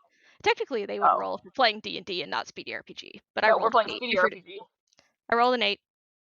I'm using Oh, my. good. Plus heart? That's only a +2. Yeah, no, It says not so great. right here on this card. So you tell them, hey boys, come on over here. And they just look at you like, who are these 2 redheads on the ocean? You're not that important. And they continue to chain up this ship. So Asha's gonna step forward and say, oh, are we doing this the nice way? This is They important, did. right? They didn't listen to my nice suggestions, so we can get rid of them. Okay. Asha is also gonna stand up on the bow of the ship next to you. And she is going to stand on one foot like a flamingo and bend her knee so that her knee becomes a cannon, and she's going to launch a cannon out at their ship, and she's going to try to put a hole in the front of their ship to cause chaos. I don't have a die on me. You don't keep a I die didn't. on your desk to Well, play with while you work all day? That's I not your was. desk. So That's not my desk, and I was also sewing earlier. So, dun da da da, a die. Hey, I rolled a 17. I mean, I'm that's good at kind of doing. how it works. You always roll better than me. I I do. roll very badly. So, a cannon ball fires out of Asha's knee and crashes into the front of their ship, causes a big old hole to go in it, and you hear all the pirates in their ship begin going, and running around and trying to figure out where they're supposed to go as water is now beginning to go onto that part of the ship, and now they're a little bit distracted on pulling up the chain. There's like still one guy on the chain, but they had like 3 previously, so now the one guy is just kind of holding it because he can't pull it up all by himself because he's a weakling. And now their ship is beginning to sink, and they're all pulling out crossbows and While they're their own kind of cannons. distracted, Myneera will be like, keep distracting them, and she will just gracefully dive into the water and start swimming because she's the ocean princess. She can breathe underwater. And she has a fantastic swim speed. Doesn't even have to try. So she's just gonna go under the water and try to steal the treasure before they get it to come up. I will roll a dice for this. I don't know what I'm rolling for. What I stat feel am like I rolling? that feels like a plus body. You're physically trying to get what's her body? 1. Can I use my attack tentacle, which is a +1? That's also true. There is an attack tentacle in this deck as well. I'm gonna use that to help me Great. swim better. You swim better. 13. So Okay. what do you say? Plus Yeah, 2, so 15. Asha's gonna continue to stay on board, just like cannon. She cranks up her little artificer gauntlet and she hits some eldritch blasts out of it, and just putting more holes in the ship and just creating chaos while everyone is shooting crossbow bolts back at her. And while you're down there, you begin like unhooking the chain from the treasure chest so that it can slip out and that you can grab it. So you manage to like get it free and now the guy up above who's holding the chain, who was like holding it steady to keep the treasure from falling, like falls back as he realizes like, oh, there's nothing at the bottom, and he yells out like, they're stealing the treasure, get him. And now they're like putting down planks and they're like starting to board O.S.H.A's ship. So she is gonna, like, with the power of her mind, like, take the ship up, because it might look like a regular pirate ship, but it moves in 3 dimensions. So she just goes straight up into the air so that the planks, like, gets blown off and they can't get to her. But she's also left you in the ocean, so how are you gonna get back to her? That's okay. I'll just dimension door, and I'm gonna teleport up there with the treasure. Yeah. Yeah, I feel like you don't really have to roll for... Actually, I know. yeah, roll for it. It's more fun if you roll for it. I rolled a 15. Great. With the I'm power rolling of so your good right mind, now.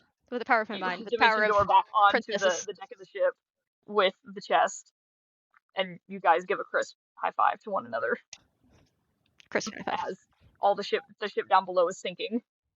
And then we And just you guys fly away into the sunset. soar off into the sunset with your newfound treasure. But you open it up, and inside is... I pull a random item card from this deck. I say that. Are there any item cards in this deck? There's a different pile. Dun da da da. I want there to be a cool item. It was Falco, the homunculus. I immediately Eldritch Blast it, kill it. I hate Falco. You open it up and say, "Oh, that's actually a bad treasure." Yeah, it's like, oh, that's where it's been. Oliver's been looking for that. And scene.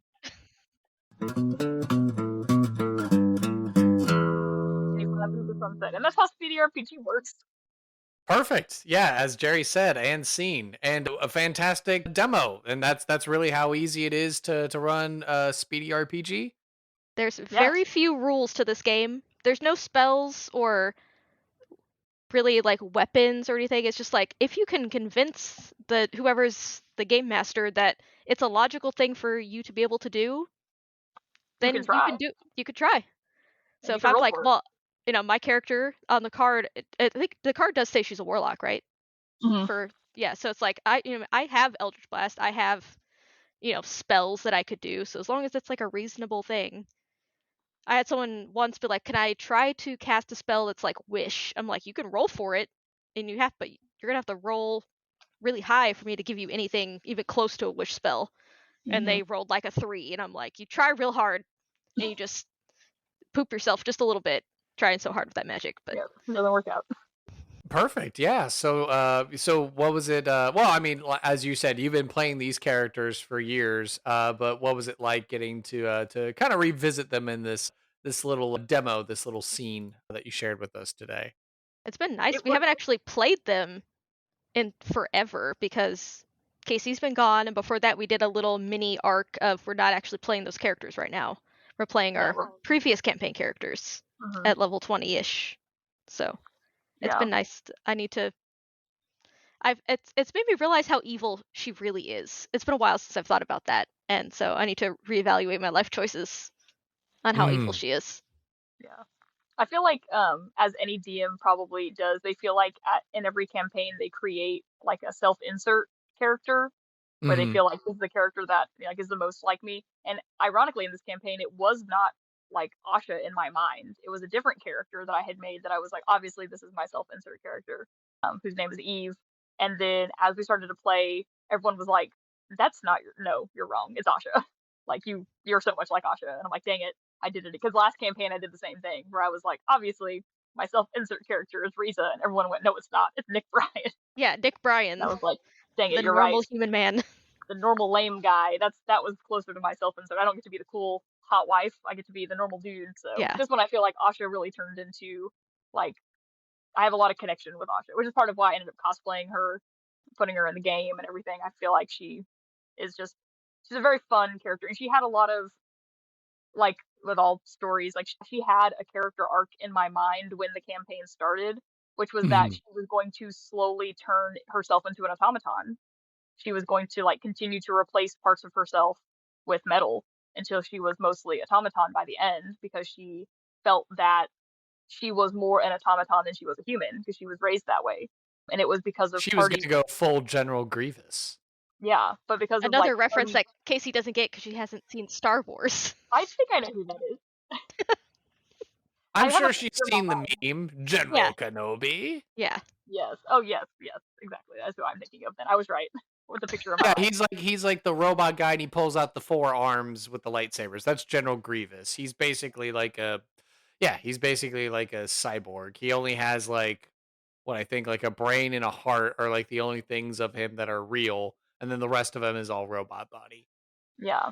Yeah. But then when she like when she met them in the first place and kind of had like a little bit of interaction, it was like, oh, it's like interesting people. But then they kept coming back to her and kept like involving her in the story, and she like kind of learned what it meant to be human and what it meant to be like a real person, and she decided like that she wanted to keep that human part of her that was like just as important to her as her automaton half that she had from her childhood. So it was very cool to like as a DM when you get thwarted with your own by your own plans because the party makes a difference. That's like the best part of the D&D is like the collaboration of like, oh nope, the story was fully formed by multiple people and not by just me because it would have been different if it had just been me.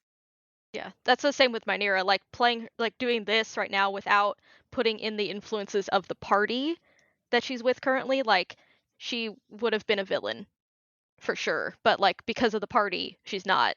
Because she's like, oh, I should not be a bad person. Like there are people in the world that I do care about, but if she didn't have those people, she would be a bad person.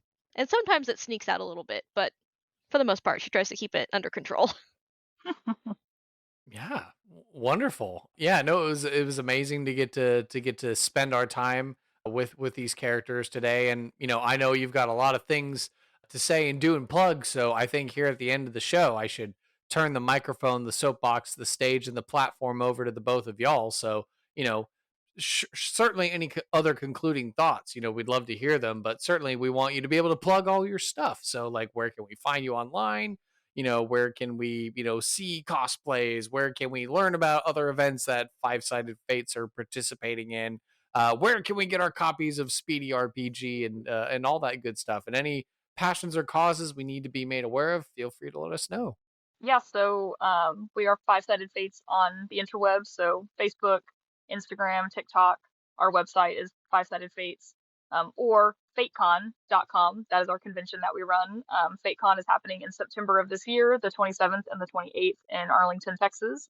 So tickets are on sale right now, and your tickets get you to play D&D games at FateCon because we will have tons of DMs running tons of different D&D games at different levels, including DMs like Kurt, and other DMs. If you come to any of our previous conventions and events that we run, we'll have lots of recurring faces, and probably even us. I will probably be running at least a game at FateCon. I haven't decided exactly what yet, but I want to run some like quick fights, like 1 hour or 2 hour like quick fights for people, and just do like the Waffle House one shot or the Long John Silver's. I have a lot of like weird unhinged one shots that I think people They're will all enjoy.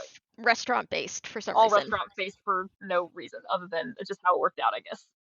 But FateCon will also include live action sword fighting and different Ren Fair-esque crafts and things that you can build to get yourself immersed in the idea of being, your own D&D character. We'll have cosplay competition, vendors that are D&D specific, beginner games if you've never played D&D but you're interested in getting into it. We'll have DMs who will teach you how to build characters, play your very first D&D game ever. Reaper has sponsored a paint and take, so we will have minis for people to paint and take with them, so that'll be super cool. We'll have panels run by all of our great friends that we love and care for. Kurt, you're running a panel, aren't you? Yes, I think I'm waiting on some details, but it could either be a live recording episode like we did last time, or maybe what, I'll actually do something specific that's like talk about NPC characters and like what goes into making interesting NPCs, like I try and do on this podcast. Yeah, so all sorts of stuff. All that will be coming. We'll have where you can sign up for picking your specific D&D games and stuff soon. Maybe it'll be up by the time this podcast comes out. We'll find out. I'll get on that tomorrow. Yeah, that's my job. So that's all FateCon. If you don't want to come to our specific convention, but you should, but if you want to go to other conventions in DFW and still play D&D, we will be at QuakeCon. Actually, we'll be at Gen Con. This podcast will be coming out right as we are driving to Gen Con. So we will be running games of SpeedyRPG at Gen Con, demoing our cool game that you just witnessed us playing. And we will be running a second Kickstarter during that as well for a second printing of SpeedyRPG with new expansions. So I will leave those expansions to be a secret that you guys will find out when you go to our Kickstarter page and click on it, which all of that will be linked in all of our socials and on our website and everything. We also have SpeedyRPG.com where you can just buy copies of SpeedyRPG we already have in person, unless they're all sold out. Well, I guess they won't be yet. We might sell them out at Gen Con and QuakeCon, but we'll find out. So Gen Con, last weekend of July area. QuakeCon the following weekend in Grapevine, Texas. We'll be running games in the TTRPG room all weekend. And then FateCon will be in September. And then Anime Frontier in December, where the cast of Critical Role will be. Woot woot. We'll probably be playing games of Daggerheart and Candela Obscura, some of the Critical Role TTRPGs. We'll probably be teaching people how to play those if you're interested in learning non-D&D 5th edition. But you can find more information about all those events on our website. Join our Discord. There's a link to that, and at least our Instagram, and probably also on the website. Yeah, I don't understand how Discord works, but you should join our Discord because that's where all the secrets get revealed first. We tell all of our Discord people things that are happening before we post about them on social media. So if you want to be up to date to sign up to DM or volunteer with us at any of these upcoming events, you should check out our Discord and sign up to do all those things, because we are all about bringing D&D to the public and giving all of our friends the ability to go to conventions for free, because you get to play D&D with strangers and then go to a convention, because that's super fun. Am I forgetting anything? You also get to see pictures of our dogs and cats if you go on our Discord, because we post a lot of cat pictures on our Discord. We do. If you like cats, go to our Discord. I don't think you're forgetting anything. You can also follow us each personally on Instagram and stuff. Mine is Kyrie Celeste, and hers is Little Jerbear 47. Because we are also full-time cosplayers, so if you want to see more than just photos of us as O.S.H.A and Myneera, we have lots of D&D and non-D&D cosplays.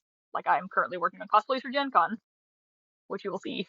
We went thrifting today to buy stuff for cosplays for Gen Con. Yeah. So, but we will be at hopefully all of your future events in DFW running D&D in the near future. We are trying to take over the world, and we're doing it little by little. There we go. Fantastic. So yeah, KC, Jeri, thank you so much for coming back on the podcast. I love being able to work with y'all and participate and help to do D&D things in the community in our local area to build it up. So yeah, wishing you well, hoping you're having a safe drive, and lots of energy for you all as you're diving headfirst in all these various conventions and things that you're participating with.